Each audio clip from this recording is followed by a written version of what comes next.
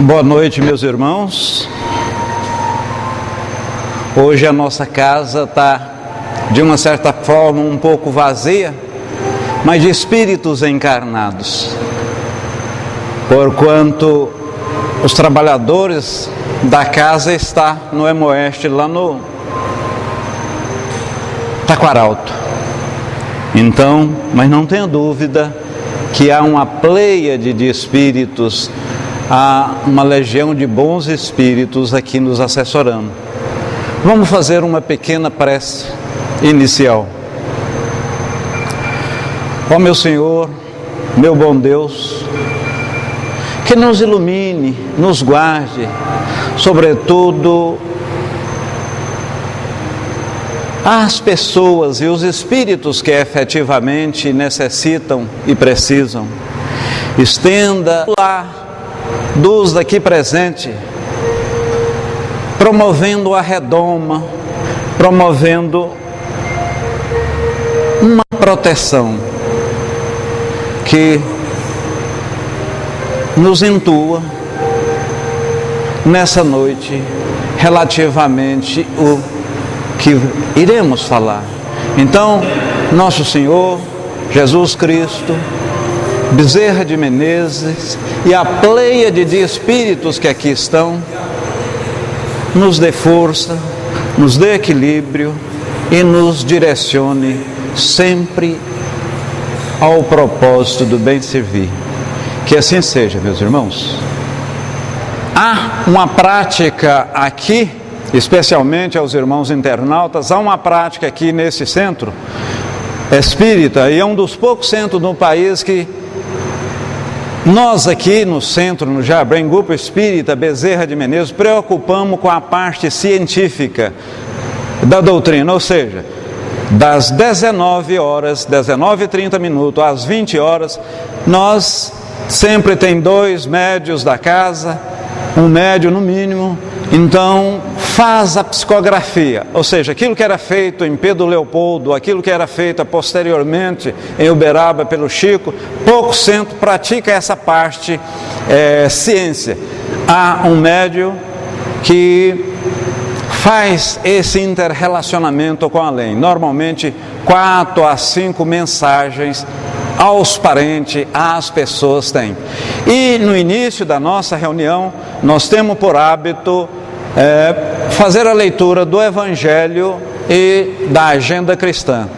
Eu perguntaria, alguém poderia fazer o favor de ler para nós? Sua conversação dirá das diretrizes que você escolheu na vida.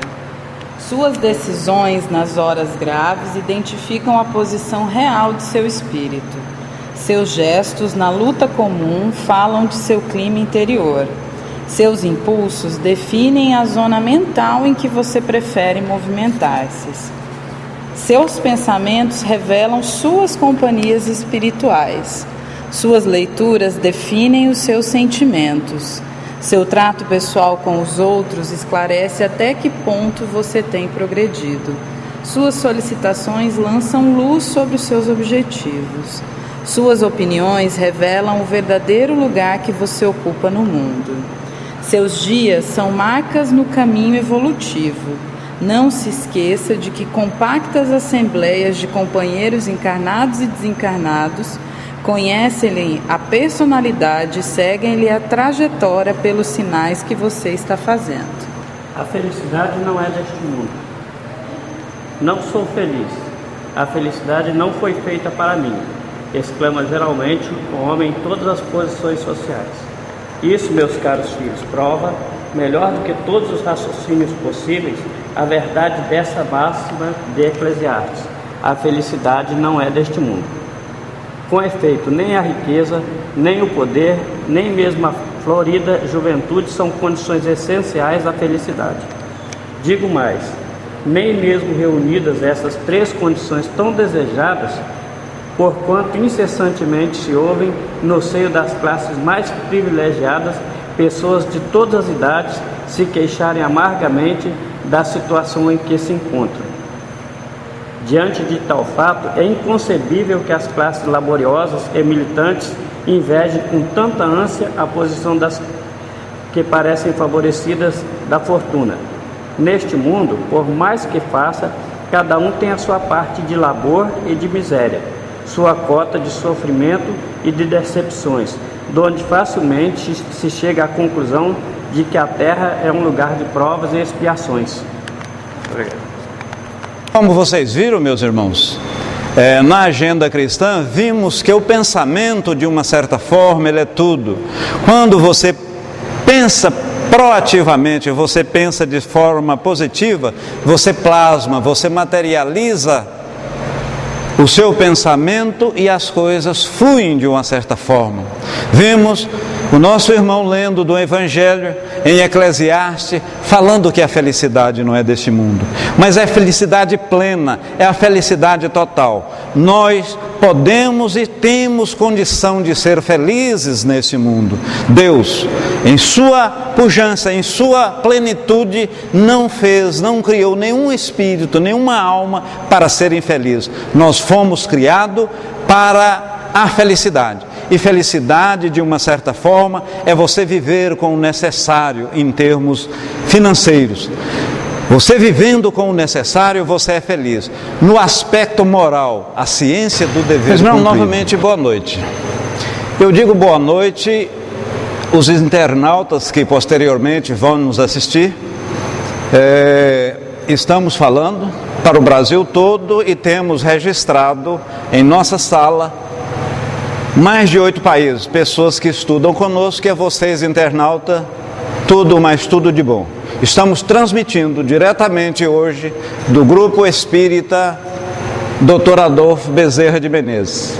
Hoje estamos tendo um público, como disse, um pouco reduzido no que refere aos espíritos encarnados, porque espíritos desencarnados há uma pleiade, há um número muito grande. E aqui mesmo deve ter médiuns videntes que sentem, pressentem, percebem a presença desses espíritos. Nós rogamos, Dr. Adolfo Bezerra de Menezes, esse venerável espírito de luz, que nos intua, que nos direcione sempre ao propósito de bem servir.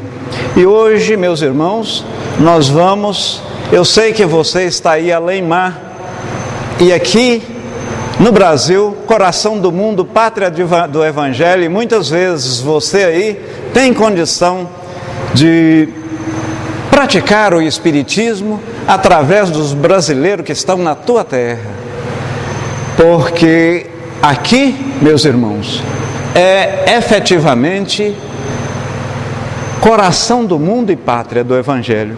Hoje nós falaremos o Carnaval sobre a visão espírita. O que é o Carnaval sobre a visão espírita? O Carnaval, ele passou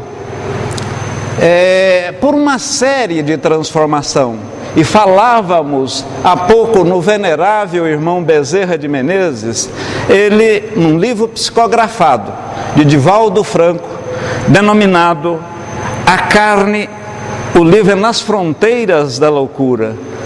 Segundo esse venerável espírito de luz, a carne nada vale, porque o carnaval é uma festa muito vinculado aos princípios pagãos, aos princípios materiais, é efetivamente vinculado à carne propriamente dita.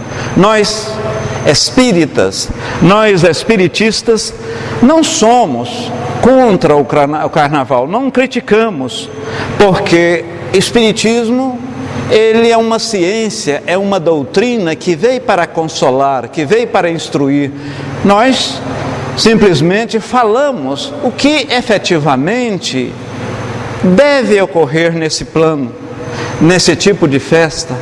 A espiritualidade que está nos envolvendo, a espiritualidade que fica nos obscurecendo, puxando-nos, nos direcionando para um determinado prisma e ponto. Essa folia que reverencia, isso aí reverencia o Deus Momo, é muito antigo. Na Grécia de Dionísio era chamado bacanalha. E o que é bacanalha? É de bacanal mesmo. É sexo desvairado, é sexo sem responsabilidade, é bacanal. Então chamava-se bacanalha. Na Roma dos Césares, ele foi denominado Saturnália. E a festa era tão...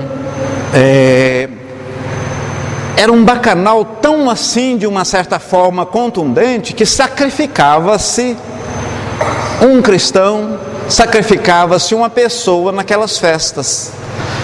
Então, na época da Grécia, Dionísio, Saturnália. Na época de Roma, bacanalha. E para caracterizar o carnaval da forma que nós conhecemos,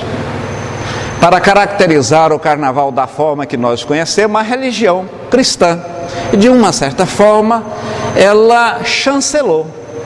Então, você, nesses 3 dias, você deve divertir, você deve satisfazer os prazeres da carne, porquanto você vai ficar 45 dias sem comer carne, você vai ficar 45 dias na quaresma, vamos dizer, em jejum.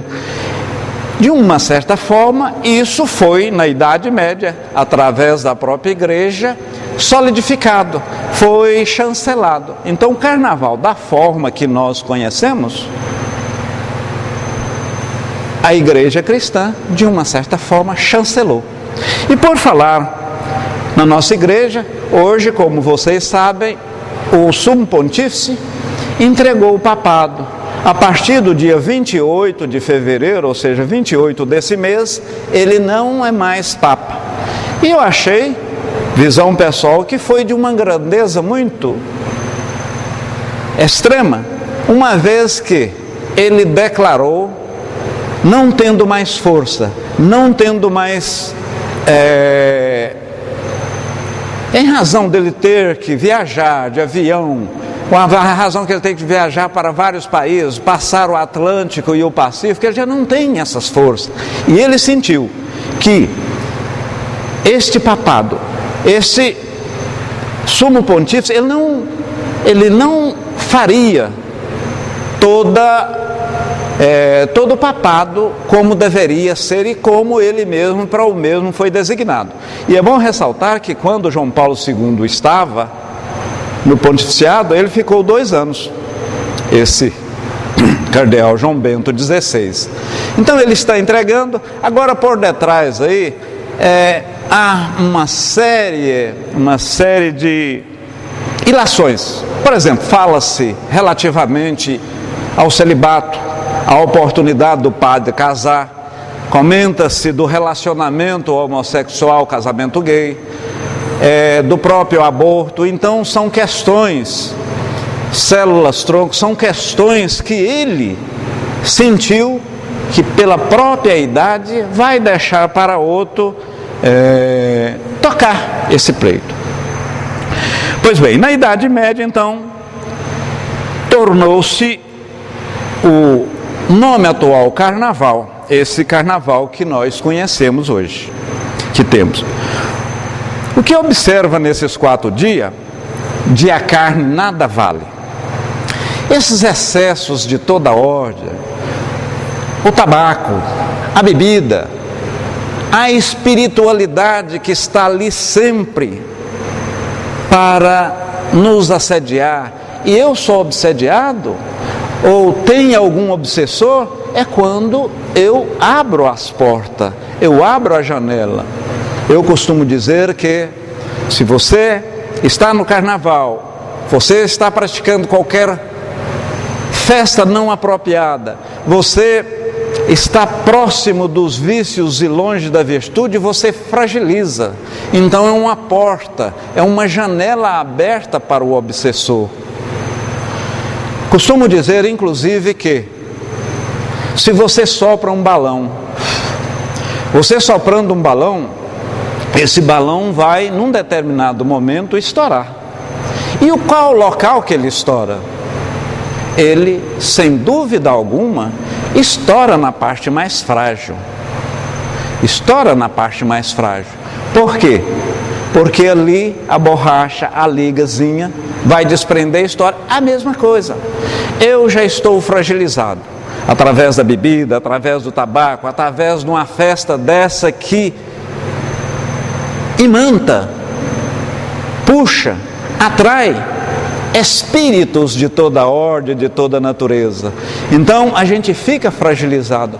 Eu sou frágil naquele aspecto. Aí eu sou uma presa fácil para o obsessor.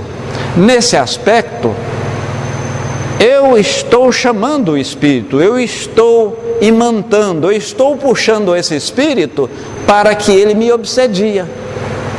Se, em outras palavras, eu me fortificar através da oração, através dos bons exemplos, através de uma postura concreta, proativa, de bem, sempre fazendo a caridade, e é bom ressaltar aqui, caridade é um BIP. BIP, outrora era aquele aparelhozinho similar ao celular que você colocava no cinto, você saía fazer uma visita, a empresa precisava falar com você, o BIP, pip, pip, pip, você telefonava, não existia celular, você telefonava para a empresa, olha, Décio, o que você está? Olha, eu preciso que você visite esse cliente. Pois bem, no Espiritismo, o que é o BIP? BIP faz parte da caridade propriamente dito. Porque BIP, o B é beneficência para com todos. O I do BIP é indulgência para com o próximo. E o P, perdão das ofensas. Se você pratica a beneficência, tem a indulgência e perdoa o próximo, são os princípios básicos da caridade. E eu, para fazer a caridade, para dar, para doar, eu preciso ter. Então, é como um copo d'água. Certa vez eu vi um palestrante falando relativamente ao amor. Ele disse que o amor é como você pegar um copo, esses copos americanos mesmo, e colocando água. Você vai colocando água, vai colocando. Vai chegar um ponto que a água fica naquela marcazinha, aí derrama. Aquela água que derramou é o amor. Então você precisa ter muito amor, chegar a transbordar para você doar, porque você não tem como doar aquilo que você não tem. Ora, seu filho, o seu sobrinho, uma pessoa lhe pede algum dinheiro, você só pode dar se você tiver. Isso é a mesma coisa do amor. Recordando, beneficência, indulgência para com todo e perdão das ofensas. Décio, mas fulano de tal me maltratou, me xingou, me traiu, meu marido fez isso, ou minha esposa fez aquilo, e eu que devo perdoar? Sim, precisamos perdoar, porque se você não perdoa, você não desvincula, não desvencilha daquela pessoa. E o carnaval, através das bebidas alcoólicas, tabaco, orgias, excessos de toda ordem, disse o Dr. Bezerra de Menezes, você está frágil, você está vulnerável, você está de uma certa forma muito fraco e com as portas e janelas abertas para ser o receptor de um espírito que vai lhe obsediar. Então, para combater o mal, você precisa, sobretudo, praticar o bem. Você simplesmente, em não fazendo o bem, você deixa de fazer o mal. Mas você tendo a oportunidade de fazer o bem e não fazê-lo, o mal você praticou. Então, para aí, Décio. Então, se eu não fazer o mal, eu estou fazendo o bem? Não. Se você simplesmente não fazer o mal, você deixou de praticar o bem, tendo a oportunidade. Exemplo, eu estou passando ali, tem uma pessoa no sinaleiro, precisa de uma ajuda, digamos até uma pessoa deficiente visual, e eu tinha condição de passar com ele na avenida. Não fiz, pratiquei o mal. muito embora em si não houve a prática do mal, mas por eu ter deixado de fazer o bem, eu pratiquei o mal. Então a prática do bem decorre da intenção e da ação, e o mal simplesmente você deixar de fazer o bem. Em estando no carnaval, nessas festas momescas, do rei Momo, nessas festas do rei Baco, bacanal, estamos, repito, numa sintonia onde espíritos de toda ordem, espíritos do mais baixo calão, está próximo e está na mesma sintonia. Mas espera aí, Décio, eu não vou em carnaval, esse tipo de festa não me atrai, mas mesmo por eu não ir no carnaval, eu também estou passível, estou vulnerável a esses maus espíritos, a esses espíritos que não estão nessa evolução que nós estamos ainda. Evidentemente que eles vão chegar. Tem uma música de Caetano Veloso que diz o seguinte: atrás do trio elétrico só não vai quem já morreu. E nós espíritas podemos falar com tranquilidade, com severa verdade e contundência, que atrás do trio elétrico vai mais quem morreu do que quem não morreu. Enquanto eu estou lá pulando, gritando e etc tal, tem atrás do trilho uma chusma de espírito, tem junto ali querendo me direcionar a um caminho ruim, a um caminho não voltado para o bem, dezena, centena, milhares de espíritos. Então aí está explicado, mesmo nós não indo no carnaval, há neste período uma série de espíritos e eles nos influenciam.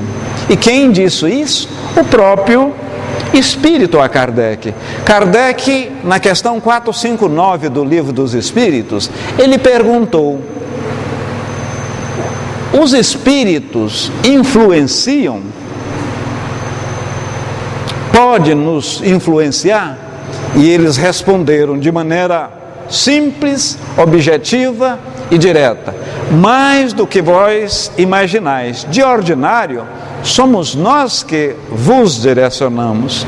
Mas esse direcionamento, nós não somos bonecos, nós não somos fantoches que o Espírito ou os Espíritos podem fazer conosco o que efetivamente quiser. Nós que consentimos, porque existe a lei do livre-arbítrio, você pode fazer o que quiser, compete você. Então você concedendo, estando com as portas e as janelas abertas, conforme falamos, você é passível desta influência.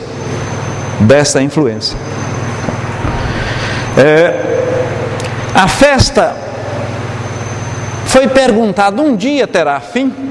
A festa, o carnaval, esse tipo de festa, terá fim um dia? Perfeitamente. Terá fim quando nós, de uma certa forma, for mais evoluído, quando nós passarmos por esse processo. Haverá um dia que não haverá mais essas festas. Então, nós distanciamos da matéria, nós evoluímos. E todos chegaremos lá? Sim. Por quê? Porque Deus quer.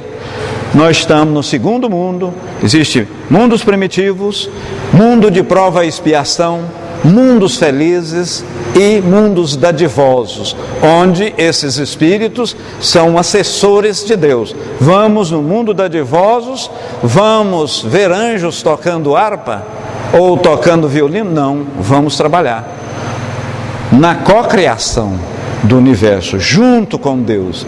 Então, mundos primitivos, onde o mal supera o bem. Só existe praticamente mal. A Terra já foi um mundo primitivo. As pessoas lutam pela comida, por sexo, Depois passou para muito de prova e expiação onde estamos. Ainda há mais mal do que bem. Vamos adentrar a regeneração, onde há um equilíbrio de mal e bem. Posteriormente, mundo felizes, aonde haverá mais espíritos voltados ao bem, mas ainda terão espíritos voltados ao mal, para chegar ao topo a angelitude ou os mundos dadivosos, onde os espíritos são efetivamente felizes. E à medida desta evolução, a carne, a matéria vai tornando menos diáfana, vai tornando menos densa, e chega ao ponto que ela, de uma certa forma, ela imiscui, ela quase aparenta o próprio perispírito. Então o perispírito vai ficando cada vez menos denso, mais diáfano, mais etéreo, e fica parecendo o espírito. Porque o espírito nós não sabemos de onde veio. O perispírito, ou seja, a roupagem física do espírito, essa veio do fluido universal, ou fluido cósmico. Opinião de Emmanuel, Chico, André Luiz, Chico Xavier: o espírita deve afastar de festas desse naipe, de festa que nos dirige ao sexo desenfreado, dessas festas que nos remete a locais ou a pensamentos não dadivosos. Isso, orientação do próprio Emmanuel, Chico, André Luiz, esses, vamos dizer, espíritos luminares. Muito embora, meus irmãos, aqui é bom, de uma certa forma, novamente ressaltar: o Espiritismo não proíbe nada, não proíbe nada. Foliões na fadiga de longos meses para viver, ele vive numa psicosfera, numa ilusão. Então ali, olha, eu tenho que fazer isso, envolve dinheiro, envolve contratos, isso aí vai 6, 8 meses. Vocês imaginam como é a situação dessas pessoas que estão envolvendo.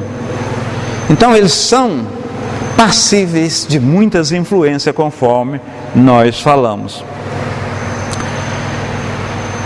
É de se lamentar que muitos apresentam depois como discípulo de Cristo, O Décio mesmo, ele está aqui e ele está falando que não é uma festa recomendável, é uma festa onde nós seremos vulneráveis a uma série de espíritos maléficos. Digamos, eu falo aqui e amanhã eu posso estar numa festa dessa que não remete.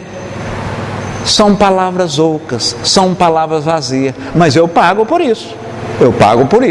Então, o importante é nós falarmos e praticarmos, A doutrina espírita, ela nos explica que nós estamos no mundo para evoluir. Não importa se eu estou com 20 anos, 30, 50, 80. Um mês, 2 horas, 3 horas que eu trabalho na minha evolução é muita coisa diante da eternidade, porque nós temos uma vida só, fomos criados simples e ignorantes e temos várias existências, então temos uma vida só. 2 horas que trabalharmos na nossa evolução é muito diante da eternidade. O velho argumento de que a carne é fraca, isso não existe, meus irmãos. A carne não é fraca, porque quem determina o que a carne faz é o espírito que direciona, o espírito que quer, o espírito que é o consciente. Eu, por exemplo, nesse exato momento, eu pego na tela do computador, meu espírito quis, o perispírito materializou essa ação. Então o meu espírito quis, o perispírito teve a intenção e o fluido vital fez com que o dedo levasse para cima e para baixo. Então, pela mesma forma, eu pego essa cadeira, meu espírito quis, o perispírito via fluido vital materializa a ação do corpo, da matéria. Então não tem esse negócio de carne é fraca. Quem determina é o espírito através do seu livre-arbítrio. O mundo espiritual, ele aproveita este momento, como nós falamos, esse momento de fragilidade. E lembra o balão, estourando, vamos soprando, vai estourar onde? Na parte mais frágil.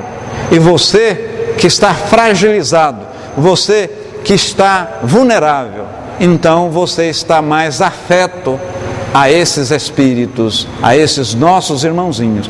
E um dia também lá estivemos. Ingenuamente, muitos espíritas pensam que não há problema. Não, eu vou lá,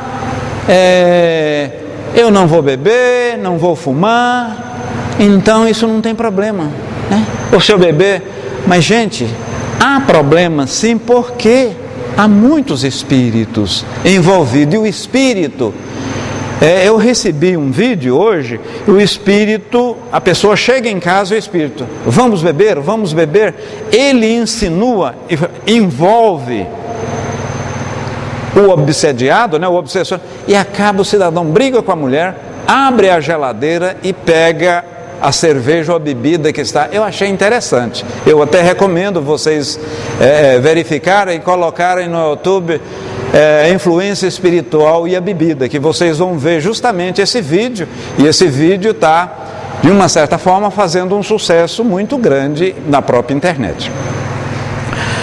Segundo pesquisa publicada, meus irmãos, publicou no Correio Brasiliense, de cada 10 casais que vão para o carnaval, 7 terminam brigados, terminam com discordância, terminam em conflito, terminam em beligerância. Quando não briga lá, acaba brigando no lar. Por quê?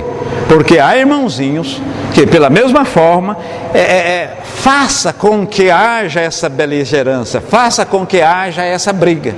Então, olha aí a influência que nós sempre falamos. Tudo decorre da liberdade, da igualdade e demais orgias, né? Porque lá eu fumo, eu como, eu bebo, eu injeto, eu faço, dado o quê? Dado o meu livre-arbítrio. E muitas vezes, no momento que eu dou a primeira bebida, eu fico assim, fragilizado, e vem uma chusma de espírito, né? E aproveitam. Orgia, nós falamos, depravação estimulada pelo álcool, pela própria bebida.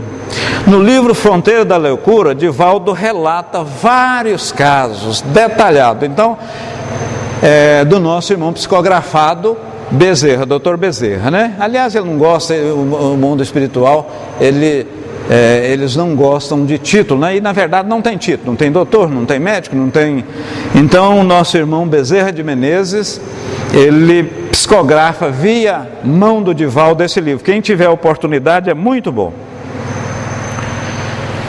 Há nesse período muita participação de bons espíritos, porque se não houvesse, na medida que alguns espíritos falam, olha meu irmão, faça isso, faça aquilo, há em contrapartida outros espíritos que dizem, olha, não faça não, isso não deve. Tanto é que cada um de nós temos um espírito protetor, um anjo protetor. Evidentemente que esse anjo protetor, dada a sua evolução, ele pode proteger vários ao mesmo tempo. Mas então ele está sempre direcionando, mas não intervém em nosso livre-arbítrio. Se eu quiser cortar aquele carro sem olhar e vir outro lá, vai bater. Porque se assim não fosse, meus irmãos, se eu ficasse esperando sempre a intervenção do meu anjo protetor, do meu guia protetor, o que é que acontecia? Eu não evoluía. A minha evolução era obstaculada. Então, por isso que é muito importante nós não sabermos. Espírito, mas o espírito de guarda, aquele espírito familiar, está lá, está me orientando, está falando isso, é aquilo. Eu estou querendo seguir o mal sempre. Vai ter uma hora que ele abandona, mas a hora que esse abandonar é temporário. A hora que eu voltar e falar, meu anjo da guarda, meu espírito protetor, venha, ele está. É como um pai, né? O filho pode fazer 10 coisas erradas que o pai está lá. Paulo diz que tudo é lícito, porém nem tudo nos é permitido. É lícito irmos ao carnaval? Pode ser lícito, mas não devemos, não nos é permitido. porque somos sabedores que já caminhamos evolutivamente, já caminhamos um certo degrau, e voltar a esse patamar não seria adequado.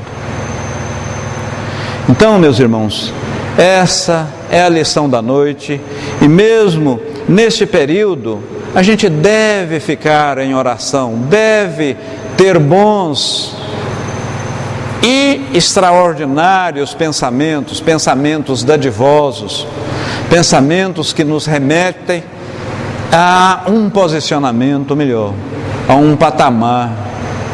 Eu agradeço as pessoas que aqui estão, e os nossos irmãos que estão lá no Hemoeste, e hoje aqui eu estava vendo na internet, o nosso centro foi divulgado a nível mundial, porque eu recebi um e-mail e estava lá de um centro espírita em São Paulo fazendo a divulgação, e nós sentávamos. Então, a vocês internautas, muita luz e muita paz, e vamos manter neste período carnavalesco, nesse período de festa, nesse período de orgia, em reflexão, em pura sintonia com os nossos mentores, com os nossos irmãos maiores, porque assim estaremos mais blindados, assim estaremos mais fortificados.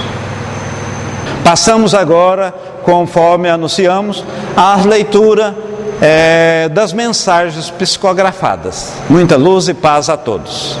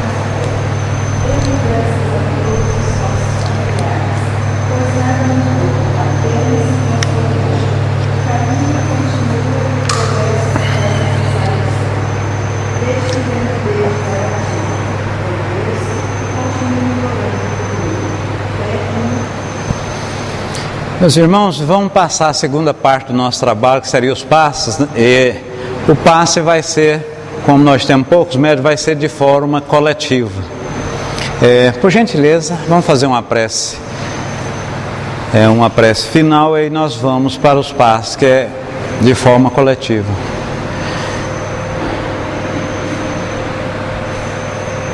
Amado Jesus, Divino Mestre, sempre solicitamos, sempre pedimos e pouco oferecemos. Mas mais uma vez solicitamos a vossa dádiva, que direcione a espiritualidade que sempre tem ajudado essa casa, especialmente nesse período, conforme foi dito, do carnaval, que estamos vulneráveis a vários espíritos obsessores, que seja-nos intuído, inspirado, para que sigamos o caminho correto. Sabemos que a porta larga é mais fácil adentrarmos, mas o caminho, devemos seguir aquele caminho que nos remete à evolução, aquele caminho do amor, da bondade, da concórdia. Então, Divino Mestre Jesus, vá à casa de cada um dos presentes aqui com o vosso véu, proteja das maledicências, proteja dos maus espíritos, proteja daquilo que efetivamente nos direciona ou nos direciona ao vício e nos afasta da virtude. Ó meu Deus, Criador geral do universo, nós agradecemos por esta oportunidade ímpar de estar encarnado e aqui podermos, através do sofrimento, através das provas, através das expiações, podermos resgatar esse débito de existências transatas. Que Deus nos ajude e que assim seja.